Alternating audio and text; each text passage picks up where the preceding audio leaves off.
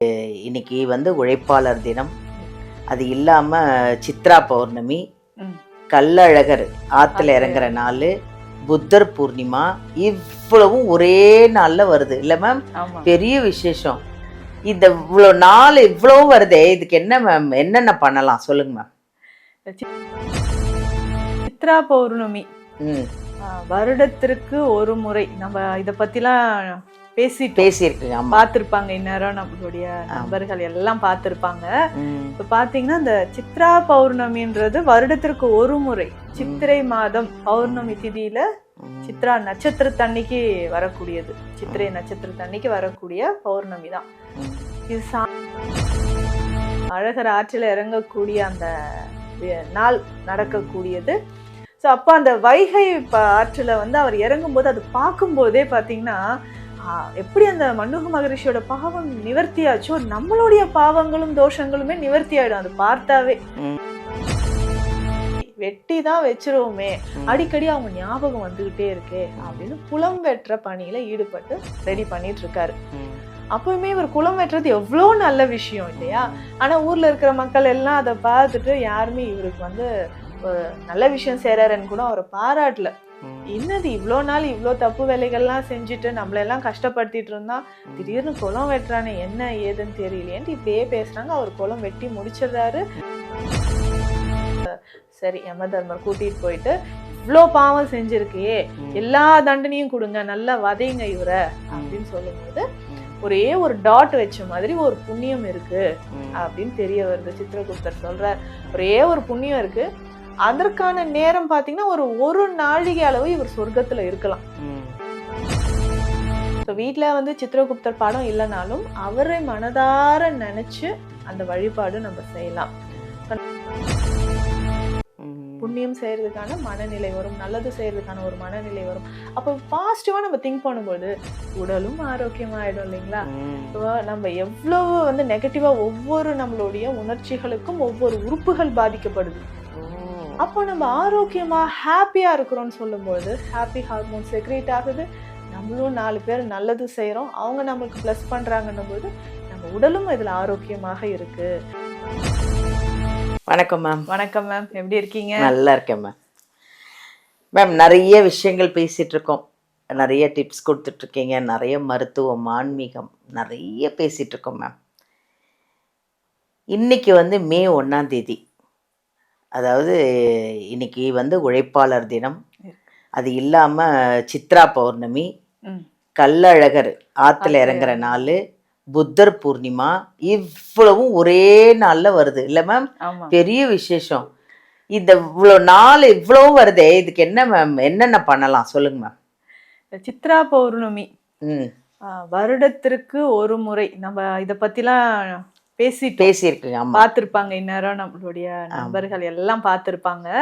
இப்ப பாத்தீங்கன்னா இந்த சித்ரா பௌர்ணமின்றது வருடத்திற்கு ஒரு முறை, சித்திரை மாதம் பௌர்ணமி திதியில சித்ரா நட்சத்திரத்தன்னைக்கு வரக்கூடியது. சித்திரை நட்சத்திரத்தன்னைக்கு வரக்கூடிய பௌர்ணமி தான் இது. சாதாரண ஒரு நாளே கிடையாது. நீங்க சொன்ன மாதிரி சித்ரா பௌர்ணமி சிவபெருமானுக்கு உகந்தது, அம்பாளுக்கு உகந்தது, முருகப்பெருமானுக்கு உகந்தது, கள்ளழகர் அழகர் ஆற்றில் இறங்கக்கூடிய நாள். புத்த பூர்ணிமா வருது. இன்னொரு முக்கியமான விஷயம், சித்திரகுப்தர் ஜெயந்தி அன்றைக்கு அவருடைய பிறந்த நாள். இத்தனை விஷயங்கள் நம்ம ஒன்னா சேர்ந்து எதை பண்றதுங்க அன்னைக்கு ஒரு நாள்லன்ற மாதிரி அவ்வளோ நல்ல நாள் அது. இதோட முக்கியமானது, நம்ம சித்த மருத்துவத்துல மருந்துகள் செய்யறதுக்காக பூநீர் எடுக்கக்கூடிய ஒரு நாள், ஒரு இரவு. சித்ரா பௌர்ணமி அன்னைக்கு அந்த பூநீர் எடுக்கிறது தான் சிறப்பானது. ஆற்றுப்படுக்கைகள்ல இருந்து பூமிக்குள்ள இருந்து பூத்து வெளியில வரும். அந்த பூநீர் எடுத்துதான் பல தீராத நோய்களுக்கான மருந்து செய்யக்கூடிய அந்த பூநீர் எடுக்கக்கூடிய நாள் சித்ரா பௌர்ணமி அப்படின்னு சொல்றது. இந்த புத்த பூர்ணிமா அன்றைக்கு வருது. புத்தர் பார்க்கும்போதே நமக்கு தெரியும், ஒரு அமைதி மனசுல, அப்படியே எல்லா கவலையும் மறந்துட்டு அமைதியா இருக்கிறதுக்கு நமக்கு தோணும். ஸோ வீட்டில் எப்பவுமே அமைதி இல்லாமல் குழப்பங்கள் சண்டைகள் இருக்குன்னா அன்றைய தினம் நம்ம ஒரு சின்ன புத்தர் சிலையாவது வாங்கி வீட்டில் வைக்கும்போது ஒரு அமைதியும் காம்னஸ் வீட்டில் வரும். அதுக்கு அடுத்தது முக்கியமாக பார்த்தோம்னா இந்த சித்திரகுப்தர் ஜெயந்தி. அவருக்கு ரொம்ப பிடிச்சதுன்னு பார்த்தோம்னா தயிர் சாதம். தயிர் சாதம் செய்து வீட்டுல சித்திரகுப்தர் ஜெயந்தி எப்படி வழிபாடு செய்யணும்னு நம்ம சொல்லியிருக்கோம், நேற்றைய பதிவுலே வந்திருக்கு. அந்த மாதிரி வழிபாடு செய்து நம்ம அந்த தயிர் சாதம் கோயிலுக்கு எடுத்துட்டு போய் எல்லாருக்கும் பிரசாதமாக கொடுக்கறதன் மூலயமாக நம்மளுடைய பாவங்கள் தீர்க்கப்படுது, குறைக்கப்படுது. அதுக்கு அடுத்தது நம்ம பாவம் செய்யணும்ன்ற எண்ணமோ தீய எண்ணங்களோ நமக்கு வராது. ஸோ இதுதான் இன்னைக்கு சித்ரா பௌர்ணமி ஸ்பெஷல். இன்னும் முக்கியமான ஒன்று, அழகர் ஆற்றில் இறங்கக்கூடிய நாள். ஸோ மண்டூக மகரிஷியோட பாவத்தை தீர்ப்பதற்காக தங்க குதிரையில அழகர் வந்து பச்சை பட்டாடை உடுத்தி ஜோதியா இருக்கும் அன்னைக்கு மதுரையா இருக்கும். அது பாக்குறதுக்கு அவ்வளோ ஒரு ஆனந்தமா பரவசமா வந்துரும் நமக்கு. அழகர் ஆற்றில் இறங்கக்கூடிய அந்த நாள் நடக்கக்கூடியது.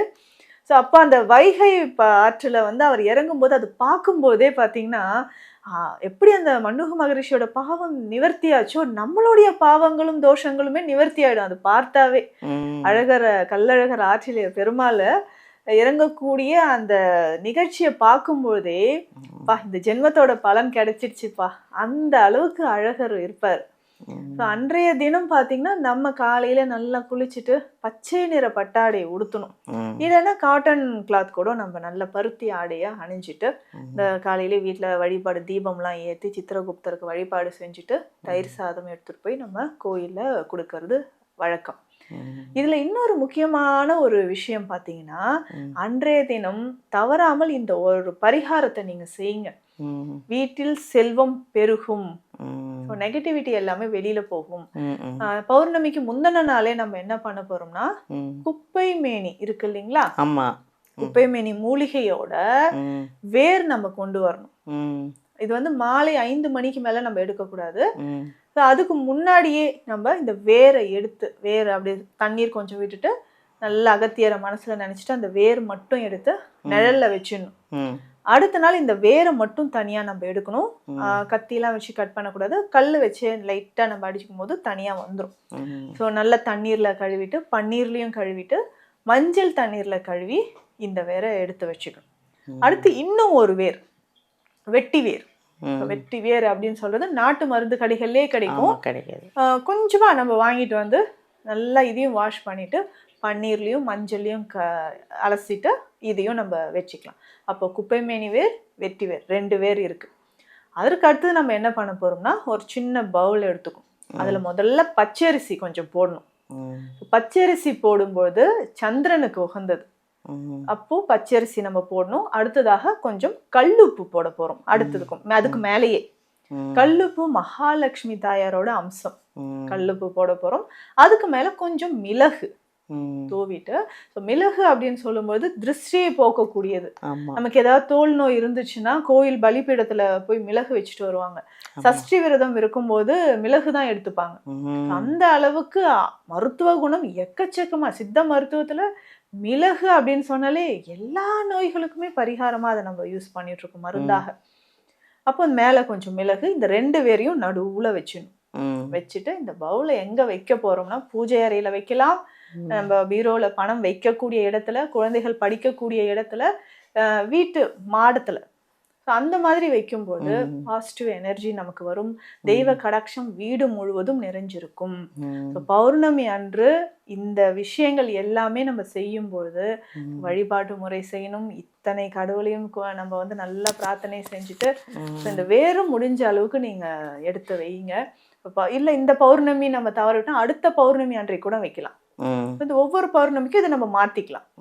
அப்படி வைக்கும்போது இது எல்லா செல்வங்களையும் ஈர்த்து நமக்கு ஒரு நல்ல ஒரு நேர்மறை ஆற்றலை கொடுக்கக்கூடியது. சித்திரகுப்தரை மறக்காம அன்னைக்கு வழிபாடு செய்யணும். ஏன்னா அன்றைக்கு அவர் பிறந்த நாள். சித்திரகுப்தர் தான் பூமியில இருக்கக்கூடியவங்களோட பாவ புண்ணிய கணக்குகளை சரியா எழுதுறவரு. அப்போ அன்னைக்கு வழிபாடு செய்யறது ரொம்ப முக்கியம். இதுக்கு பாத்தீங்கன்னா நம்ம புண்ணியம் எதற்காக செய்யணும், புண்ணியம் செய்யறதுக்கான ஒரு நல்ல ஒரு ஆப்பர்ச்சுனிட்டினா நம்ம லைஃப்ல கிடைச்சிக்கிட்டே இருக்கும். அதை நம்ம மிஸ் பண்ணாம யூஸ் பண்ணிக்கணும். அதற்கான ஒரு குட்டி புராதன காலத்திலேயே ஒரு குட்டி கதை சொல்லுவாங்க. சித்திரகுப்தர் வந்து மக்களுக்கு நல்லதுதான் செய்வார். நம்மள வந்து பாவம் செய்ய விடாமல் புண்ணியம் செய்யறதுக்கான ஒரு மனநிலையை நமக்கு கொடுப்பார். அதுக்கு பாத்தீங்கன்னா இந்த ஒரு கதை சொல்லுவாங்க. முன்னொரு காலத்துல பாத்தீங்கன்னா ஒருத்தர் ரொம்ப, அதாவது ஊருக்கே அடங்காம எல்லாருக்கும் கெடுதல் செஞ்சுக்கிட்டு வர போறவங்கள எல்லாம் துன்புறுத்திட்டு அடிச்சுட்டு உதச்சிட்டு ஒரு ரவுடிசம் மாதிரி பண்ணிக்கிட்டு இருந்த ஒருத்தர் எதற்குமே யார் பேச்சும் கேட்காம மத்தவங்களுக்கு துன்பம் கொடுத்துக்கிட்டே இருந்துட்டு வந்திருக்காரு.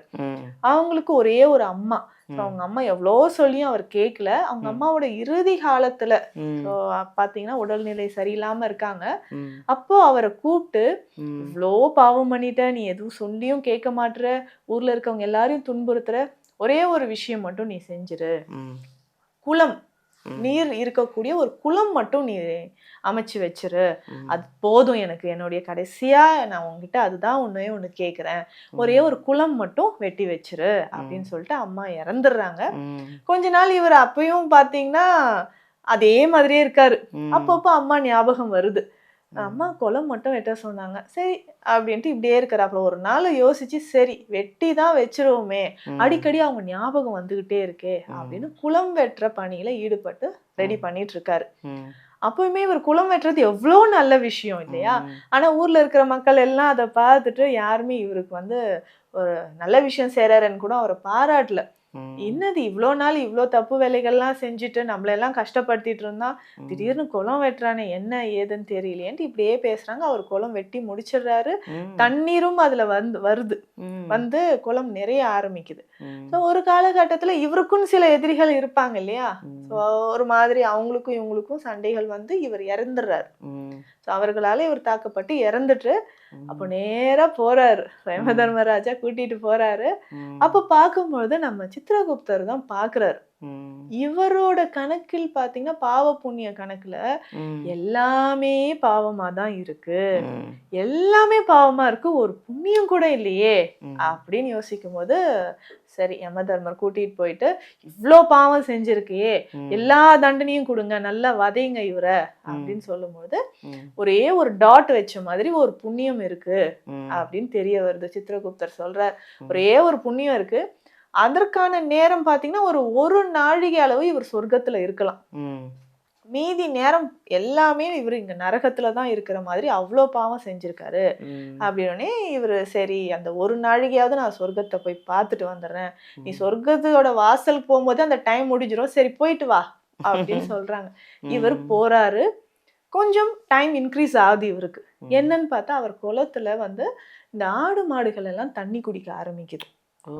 அந்த நல்லது நடக்கும்போது கொஞ்சம் டைம் இன்க்ரீஸ் ஆகுது. ஸோ அவருடைய புண்ணிய கணக்குல நேரம் சேர்ந்து அவர் சொர்க்கத்துக்கு உள்ள போயிடுறாரு. திரும்ப மக்கள் எல்லாமே குடிக்க தண்ணி யூஸ் பண்றாங்க, எல்லாருக்கும் அது பயனுள்ளதாக இருக்கு, போற வரவங்க எல்லாரும் அந்த தண்ணியை யூஸ் பண்றாங்க, மக்களோட பயன்பாட்டுக்கு வருது. எல்லாரும் என்ன, சரி எவ்வளோ ரவுடிசம் பண்ணி நம்மள துன்புறுத்தினாலும் இந்த குளத்தை வெட்டி நமக்கு நல்லது தான்ப்பா செஞ்சுட்டு போயிருக்கான் போகும்போது வேண்டியிருப்பாங்க, எல்லாரும் சொல்ல பாராட்டுறாங்க, அவரை பிளஸ் பண்றாங்க. சொல்லும்போது டைம் இன்க்ரீஸ் ஆகிட்டே போகுது, அவர் சொர்க்கத்திலேயே இருக்காரு. நாட்கள் கணக்காகுது, மாத கணக்கு, வருட கணக்காகுது. அப்போ எல்லாரும் பயன்படுத்த மழை வருது, குளம் நிறையுது, எல்லாரும் பயன்படுத்துறாங்க. அப்போ அந்த புண்ணிய கணக்கு அதிகமாகி பாவம் குறைய ஆரம்பிச்சுட்டு சொர்க்கத்திலேயே அவர் இருக்காரு. அப்பதான் அவருக்குமே புரியுது, அம்மா சொன்ன ஒரு வார்த்தை அப்போ இன்னும் நம்ம நிறைய நல்லது செஞ்சா எவ்வளவு புண்ணியம் நமக்கு வந்திருக்கும் அப்படின்னு உணர்றாரு. அதுதான் சித்திரகுப்தருக்கு நம்ம அன்னைக்கு சித்ரா பௌர்ணமி அன்னைக்கு வேண்ட வேண்டிய ஒரு விஷயம் இதுதான். அவருக்கு பிடித்த பொருள் அப்படின்னு பார்த்தோம்னா, நம்ம வந்து இந்த சித்ரானங்கள், சில வகையான இனிப்புகள் செஞ்சு வச்சு படைக்கிறது, அவருக்கு இந்த பேனா எழுதுகோள் ரொம்ப பிடிக்கும். நம்மளோட நோட்டு பென்னு வச்சு அவருக்கு பூஜை செய்யலாம், படைக்கலாம்.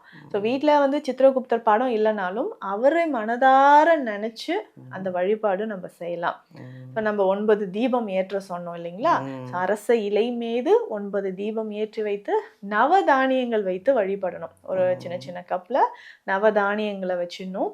அதே மாதிரி அவருக்கு பிடித்தது பார்த்தீங்கன்னா தயிர் சாதம், பஞ்சாமிர்தம், சர்க்கரை போட்டு செய்யறது.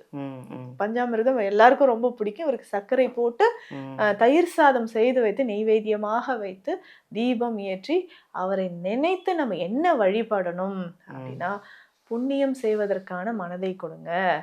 அவரு பாவத்தெல்லாம் மாத்தி எழுதுங்க அப்படின்னு நம்ம அவர் மாத்தி எழுத மாட்டாரு. ஆனால் இனிமே நம்ம பாவம் செய்யறதுக்கான எண்ணமே வராது. புண்ணியம் செய்யறதுக்கான மனநிலை வரும், நல்லது செய்யறதுக்கான ஒரு மனநிலை வரும். அப்போ பாசிட்டிவா நம்ம திங்க் பண்ணும்போது உடலும் ஆரோக்கியமா ஆயிடும் இல்லைங்களா? ஸோ நம்ம எவ்வளவு வந்து நெகட்டிவா ஒவ்வொரு நம்மளுடைய உணர்ச்சிகளுக்கும் ஒவ்வொரு உறுப்புகள் பாதிக்கப்படுது. அப்போ நம்ம ஆரோக்கியமா ஹாப்பியா இருக்கிறோம்னு சொல்லும்போது ஹாப்பி ஹார்மோன் செக்ரேட் ஆகுது. நம்மளும் 4 பேர் நல்லது செய்கிறோம், அவங்க நம்மளுக்கு ப்ளஸ் பண்ணுறாங்கன்னும் போது நம்ம உடலும் இதில் ஆரோக்கியமாக இருக்கு. ஸோ இறை வழிபாடு எல்லாமே நம்ம ஆரோக்கியமாக வாழறதுக்கான ஒரு வழிமுறையை தான் சொல்லுது. அதுவும் தான் இந்த சித்திரகுப்தர் வழிபாடும் அதை தான் நமக்கு உணர்த்துது. கிரிவலம் போகிறதுக்கு முன்னாடி ஒரு பெரிய சயின்ஸ் இருக்கு. அந்த நில ஒளியில கிரிவலம் சுற்றி வரும்பொழுது அவ்வளோ பாசிட்டிவ் எனர்ஜி நம்ம உடல்ல கிடைக்குது. நம்ம வேண்டுதலையும் தாண்டி சயின்டிஃபிக்கான ரீசன் இருக்கிற மாதிரி தான் இது பின்னாடியும் நிறைய ரீசன் இருக்கு. அப்போ நம்ம மனசு ஹாப்பியா இருக்கணும்னா சித்திரகுப்தர் வழிபாடு முக்கியம். அவர் கோயிலுக்கும் போயிட்டு நம்ம அன்னைக்கு வழிபாடு செய்யலாம், காஞ்சிபுரத்துல இருக்கு. அந்த வழிபாடு செய்யும் போதும் நம்ம எண்ணங்கள் தூய்மையாகும். Thank you ma'am. தேங்க்யூ. அதாவது சித்ரா பௌர்ணமி வருது. எங்கள் மேம் சொன்ன ஒரே ஒரு விஷயங்க, நீங்கள் நல்லா அந்த கதையை கேட்டிங்கன்னா உங்களுக்கு புரியும். பாவமே பண்ண வேண்டாம், எல்லாரும் புண்ணியமே பண்ணுவோமே. இல்லை, பாவம் பண்ணால் கண்டிப்பாக நரகம்தான். புண்ணியத்தை பண்ணிங்கன்னா கண்டிப்பாக சொர்க்கத்தில் போய் சும்மா அமோகமாக சந்தோஷமாக இருக்கலாம். அதனால் இது வரைக்கும் பாவம் பண்ணவங்க கூட இனிமேல் புண்ணியம் பண்ணுங்கள். சித்திரகுப்தருக்கு அந்த கதையை கேட்டிங்கன்னா எவ்வளோ ஒரு அருமையான கதை. ஃபுல் வீடியோ பாருங்கள், அப்போ தான் அந்த அருமையாக அந்த கதையை சொன்னாங்க எங்கள் நித்யா மேம். நல்லா அந்த சித்ரா பௌர்ணமியை சிறப்பாக கொண்டாடுங்க. முடிஞ்சால் சித்திரகுப்தர் கோயிலுக்கு போயிட்டு வாங்க, காஞ்சிபுரத்தில் இருக்குது. எடுத்து போய் நல்லா அவரை வழிபாடு பண்ணிட்டு வாங்க. அவருக்கு என்ன பிடிக்கும் பிரசாதம் எல்லாம் சொன்னாங்க, எல்லாம் செஞ்சு வச்சு நல்லா அமோகமாக இந்த சித்ரா பௌர்ணமியை சிறப்பாக கொண்டாடி ஹாப்பியாக ஆரோக்கியமாக இருங்க. இந்த வீடியோலேருந்து நம்பர் எடுத்து எங்கள் மேம்க்கு என்ன பிரச்சனைனாலும் எங்கள் மேம்கிட்ட வந்து நேரடியாக அப்பாயின்மெண்ட் வாங்கி வந்து பார்த்து ட்ரீட்மெண்ட் எடுத்து உண்மையிலே நீங்களாம் நல்லா இருக்கணும்னு நிறைய விஷயங்கள் சொல்லிகிட்ருக்காங்க. வாங்க, ஹாப்பியாக இருங்க, ஆரோக்கியமாக இருங்க. தேங்க்யூ.